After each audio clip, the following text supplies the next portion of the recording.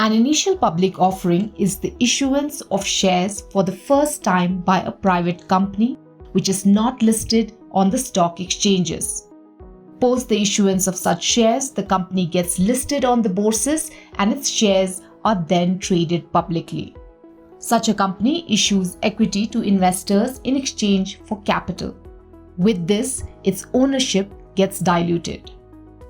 On the other hand, a follow-on public offer, as the name suggests, is a subsequent or second-time issuance of shares after the initial IPO. Only those companies which have been listed on the exchanges before can go for an FPO.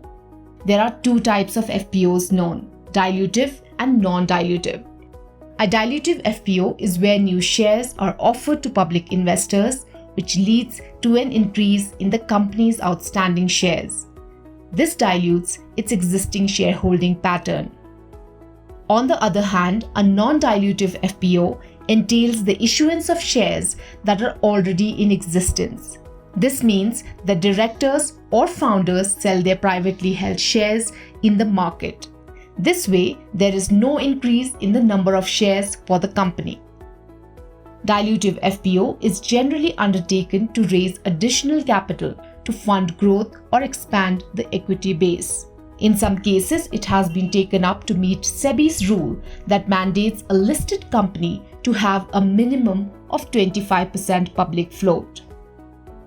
For instance, the FPO by FMCG company Ruchi Soya was taken to raise its public shareholding to meet SEBI's requirements. Besides, among other differences between an IPO and an FPO, a company going for an IPO sets a price band for investors to bid, and the issue price is then fixed after gauging investor demand, while the issue price for an FPO is mostly fixed, lower than the prevailing stock price. This is done to drive higher participation.